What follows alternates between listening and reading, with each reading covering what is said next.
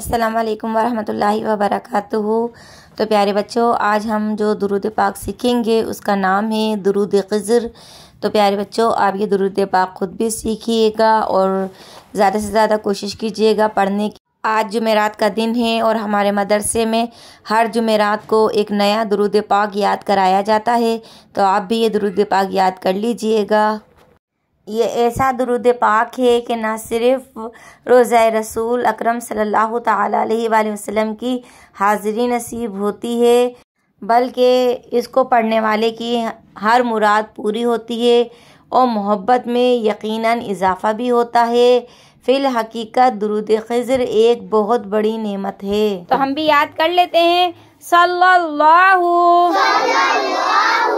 अला हबीबिही मुहम्मदिन वालिही वसल्लम।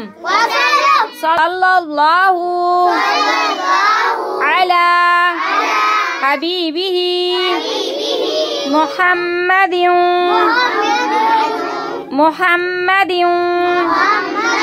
वालिही वसल्लम। आप सब मिलके पढ़िए।